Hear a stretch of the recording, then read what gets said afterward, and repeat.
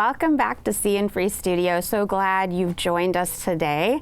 We have an amazing guest, somebody I've found a kindred spirit with, Shelley Paxton. Shelley is visiting us here in LA, but she's actually from Chicago. She's an author, international speaker, and transformational coach, known as the liberator of souls. Featured on NBC, CBS, Forbes, Inc., and more, her first book, Soulbbatical, A Corporate Rebel's Guide to Finding Your Best Life, was just named #1 on the Forbes list of 21 books to read in 21. She spent 26 years as a marketing and advertising executive for Harley-Davidson, Visa, McDonald's, and AOL, and she walked away from it all to become Chief Soul Officer of her life and her own company. She'll tell us all about her very important mission. Please welcome Shelley. Hi, it's so good to be here with you, Jen. Hey, so good to see you this morning. We're both up early on an LA morning here, and you are just visiting with us. But you know, what are you doing here in LA these days, Shelley? And what's going on in your world? Well, the short version of the story is I'm escaping the Chicago winters. So that's one thing that I'm doing, and I'm also testing the waters of living on the West Coast, maybe being your neighbor, Jen. Oh yeah, well that's our plan. So that is my mission, is to get you here and get you living close by. So what's your mission? Tell people a little bit about Soulbbatical before we jump right into the USD, because I want to hear a little bit more about what you're doing. Yeah, so I'm on a mission to liberate 1 billion souls. And yes, that's a huge number. I said that 1 billion with a capital B, right? And I know I can't do that on my own. So over the past 3+ years, I've been on this mission to help more and more of us become chief soul officer of our own lives. And honestly, I kind of stumbled into this myself. I was the CMO of Harley-Davidson. I left about 4.5 years ago because I was really having this dark night of the soul, this total crisis around how do I get to what is the sexiest job, or at least one of the sexiest jobs in marketing at the peak of my 26-year career, and I feel empty inside. And I'm wondering, is this all there is? And I'm feeling really disconnected with my own self, my own soul, my own truth. And so that led me on a journey to realize that the power in creating our lives is really in rebelling for who we are. That's our authenticity. What we want, which is the courage to create the life we want that's true to us, and for the impact we want to have in the world, which is tied to our purpose. So in a nutshell, that's what I'm trying to do, and inviting more people along with me on the journey so we can make an impact in this world. That's fantastic. And I feel like I'm on that journey with you now that we've met. I met you at a time when I kind of came to that same discovery. And this podcast for me has been my reminder of what I care about in my soul, what's deep down, what I love. And what I love is meeting people like you and celebrating you and learning about you and all of the fantastic impact you're trying to make in the world.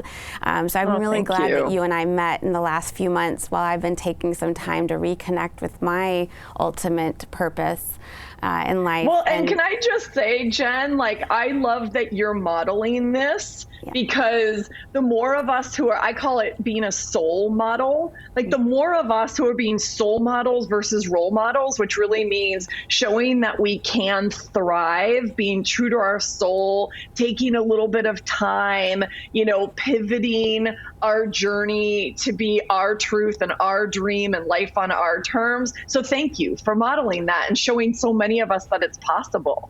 I thank you, and I'm going to use that, by the way, this soul model concept. I'm all over this.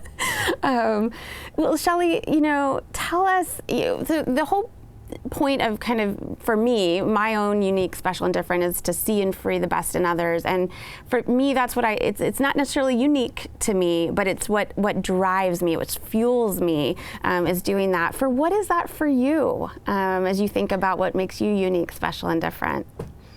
Yeah, I mean, I honestly, Jen, as I think about this, two answers are coming up for me. Like, what makes me unique, special, and different is for sure my energy.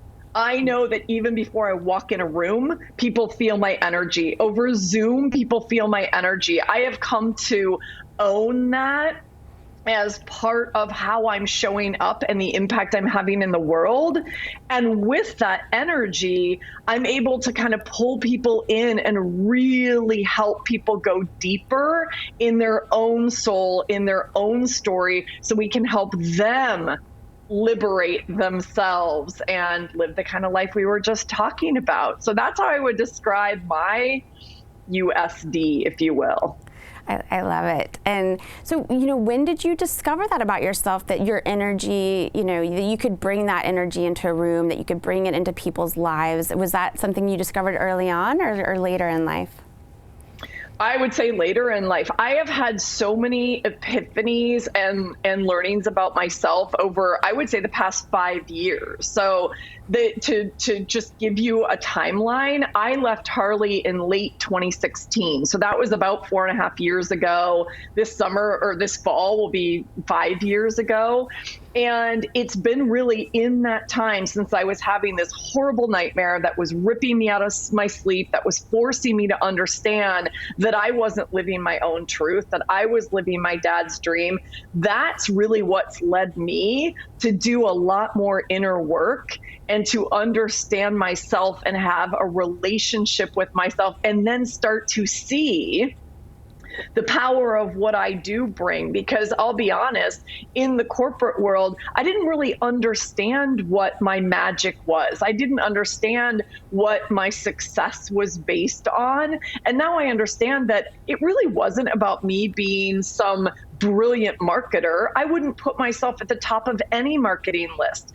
I now realize the power of myself as a leader and the energy I was showing up with and the humanity I was showing up with. And that's so much of what I've been able to pull into my work now. But these feel like they've only crystallized in the past 3 or 4 years for me. And I'm 51. So yeah, second half of life learnings.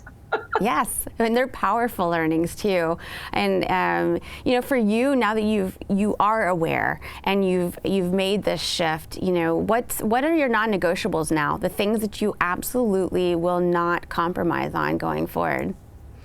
Well, this is a lot of the work that I've done and that I take my clients through. So my non-negotiables are grounded in my values. 1000%. So my values, this is actually really funny, Jen. I love that you asked me this question because I wasn't really even clear on my values. That was sort of another aha that I had in these past several years, where I was like, do I really understand, like, at my core? Because my values are my non-negotiables. And I sat down, kind of did the Brene Brown exercise of looking at the pages of values, hundreds of values, and went, what are my top 2 to 3 max? And that's a super hard exercise. If you haven't done it, I highly recommend it. And I realized that for me, it's freedom, authenticity, and courage. So no surprise that those have become the guiding principles of Soulbbatical. I add, fulfillment and purpose to those in the work that I do. But those 3 things guide my life, and I check in with them. Like, is what I'm doing serving those or distracting from those? And if it's distracting from those, I'm not doing it. And I'm getting clearer and clearer on creating the boundaries in my life to ensure that I'm living true to my values. And it's made a huge difference. I mean, let's be honest, how hilarious is it that somebody who has freedom at the top of their values list spent 26 years in corporate America with, like, the shackles of should, binding her to her career. So that's how I think about non-negotiables. Yes, I call that shoulding on yourself. Yeah. Totally. Same concept. Shoulding all over yourself, which is, as you know, it's like the meat of my book. And then I started looking back and I'm like, oh my God, those are the shackles of should. Those are when we imprison ourselves because we're living by the shoulds, not by the wants and the get-tos. Yes. And do you notice that with your clients? I mean, and the people that you meet and that read your book and you know, is that one of the biggest hurdles you think they have to get over? Or is it they don't know what their values are? I mean, what are you noticing as you're talking to people about finding their soul? Yeah, honestly, so much of it starts with that reconnection to self. So yes, values comes in a little bit later, and most of us can say, oh, these 10 values are meaningful to us, but getting to the top 2 or 3 is really difficult. But even before we get to that place, it's 100% like, am I even clear on what I stand for? Like, am I clear? Do I have that connection to my own essence, my own truth, my own knowing? I always ask my clients, what are you pretending not to know? Because our soul is trying to speak to us and send us messages, and it whispers and then it shouts and then it whacks us with a 2x4, which is what happened to me with this nightmare I was having at Harley. It's like, I am going to rip you out of your sleep and force you to get clear and to listen to, you know, what your soul is trying to say and help you reconnect with your soul. So I do a lot of that work. It may sound woo-woo, but for me, I'm a bridge between like the very practical business world and a little bit of that kind of soul world. Whatever you want to call it, if you don't feel comfortable calling it your soul, I'm okay with that. I believe that that is our truth, our essence, our knowing. And that's where everything starts, because true leadership and living an authentic life comes from the inside out. So I have a whole series of questions in the book, and that I usually walk through with my clients around that as a starting point. Yeah, yeah. And just taking the time to self-reflect. I think sometimes when we're a bit of an automaton in that world, you know, having been there myself, you can be quite comfortable. You can be somewhat incognito, and you can coast, but you're not necessarily really taking stock of your life. You're not really self-reflecting. You're not getting to know yourself. You're just getting by. And so, you know, I commend you for one, you know, your own bold move, but that you're helping others to make that move too, because at the end of the day, they might still want to go back to that comfort, but they've made a choice to do that. They're not hostage. They're not a victim in those environments. Yeah. Well, and Jen, can I just say, like, we're at the time at which we're having this conversation, you know, we're a year into this pandemic. And the way I'm looking at what's happened to all of us over the past year, particularly those of us who are not frontline workers, this has really been the great pause. It slowed us all down. It's given us more of a chance to reflect and connect with ourselves and understand what matters most to me. You know, what maybe wasn't so good in the old normal that I don't want to come back into my life? What do I want to create as we start to come out of this, as the vaccines, you know, start to proliferate? And that is exciting to me. Like, I got goosebumps as I was saying that to you, because this is the moment for all of us to really say, what do I want to create going forward? And what do I actually want to leave behind? So I'm even more excited about this work for all of us. Yes, yes, agreed. And I think it has been a major reset. And if all of us don't take it that way, it's going to be tough to recover. And so I think you're absolutely onto something. And so as you answer those questions for yourself, what do you want to create going forward? You know, what would you say? Oh, that's a juicy one. So the short answer is a lot of things. So I want to continue to create my life that's grounded in being able to live and work anywhere I want, hence being here in LA right now, just, you know, up the coast from you, and probably come back. And, you know, I want to have that life of freedom where I can run my business from anywhere that I want. And I want to stay on this mission and express it in even bigger ways. So I'm in the process of pivoting my business to be less of one-on-one coaching and more of one-to-many offerings. So more public speaking, corporate speaking. Later this year, I'm going to launch my first 6-week online course. I have other courses up my sleeve, a community. So there's just lots of things. I just feel like my world is getting more and more expansive, and I'm getting really clear that the next step in this Soulbbatical work is really around rebel leadership. Because in answer to everything we've been through with this pandemic and what matters most and the shifts we've seen in what leadership resonates now and what cultures we need to create going forward, my brand, if you will, of rebel leadership and what that needs to look like, oh my God, I'm fired up. I think it's my TEDx talk, it's my next book, and for anybody, I'll give you guys a link, but for anybody who's interested, I wrote a Rebel Leaders Manifesto that is available for free on my website. I'll give you a link if you want to drop that in, but it'll just give everyone a flavor for where my work is going, and I don't see any end to it. That's great. And please send the link because I will include it on the website. And, you know, Shelley, you talked about creating community. I will say in doing this work, you need that. Like, I mean, I highly recommend, one, people join Shelleys community, but find a partner, somebody that holds you accountable to yourself, like to your own dreams, your own wants, the things that you're doing for yourself. I know I need that. I just met Shelley, but I'm signing up so that she can be my accountability partner.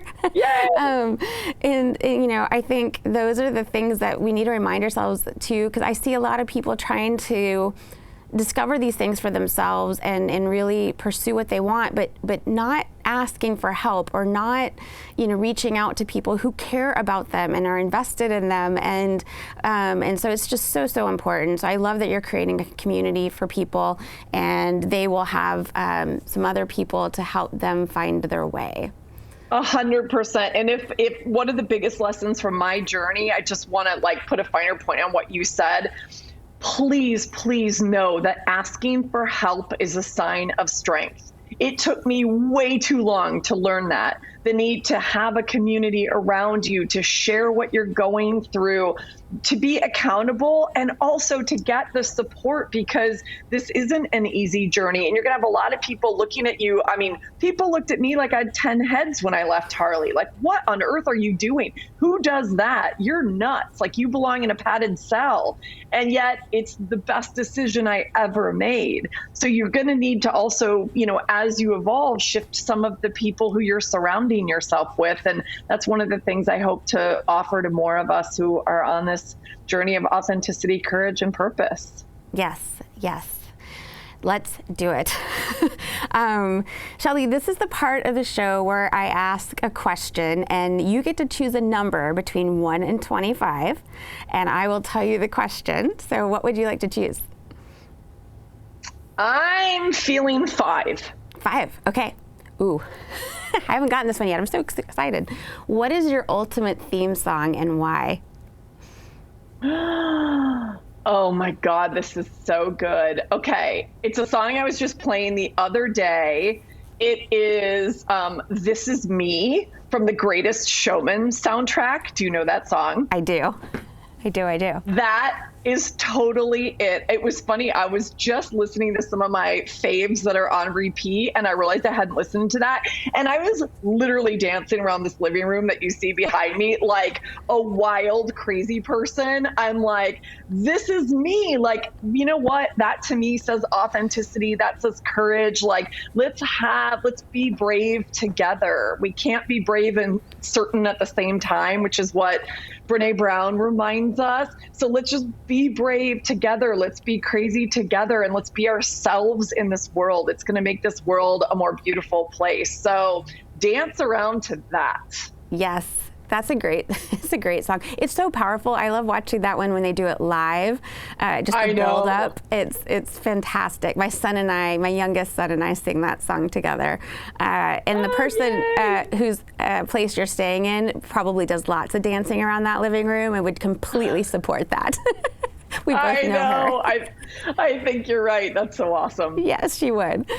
Well, Shelley, I also like it during the show to highlight organizations that are also trying to free some souls, trying to help people find their unique, special, and different, who want to make people's lives better. And so we always like to highlight a nonprofit that our guests really care about and would like to promote and make people aware of. And you've chosen the Life is Priceless Foundation, and I read all about it, and I would love for you to tell everyone what it is and what they're doing. Yeah, so this, for anybody who hasn't read my book, I talk about my own mental health journey in the book, and some near misses. I feel very blessed to be alive today and be having this conversation with you. Let's put it that way. So Life is Priceless was founded in honor of my dear friend David Price, who took his own life, and his brother started Life is Priceless. So what they really support is mental health research and advocacy, suicide prevention. All of these things are really important to me. In fact, 10% of my proceeds from the sales of my book also go to the Life is Priceless Foundation. It's just something that's deep, deep, deep in my heart. And we are at a point where a mental health crisis is looming in this country on the back of the past year that we've had. Every professional will tell you that mental health, challenges and statistics are off the chart. So I feel more passionately about supporting this than ever. Yes, and it's something that we don't like to always talk about, and yet it affects so many people. I lost a couple of very close people in my life early on due to suicide. And the people's pain goes unnoticed a lot of time, or they're just kind of dealing with all of the kind of overwhelming feelings that they don't know how to kind of deal with. And so this world becomes too painful for them. And a lot of times people just aren't aware of what those signs are, or they're not aware of the opportunities they have to get help. So Shelley, I love that you're supporting Life is Priceless. I want all of our viewers to support it. It's a critical thing for all of us to support, because you just never know when you'll find yourself in these moments of questioning your life, your existence, and your purpose. And we all go through it, but some of us go very deeply into it, and it becomes in crisis mode, and we need help. Yeah, and this is to go back to your point about community, Jen. This is another reason why community is so powerful. And we need those people around us because, again, asking for help is a sign of strength and not weakness. And I wish I would have known that back in the day when, I made some terrible decisions because I didn't know I could ask for help. Yes. And we all need to do that. And, reach out, please. You'll see at the end of the show, we'll put up again the QR code. You can find it on the website as well. We'll make sure to promote the Life is Priceless Foundation and in memory of your friend, David.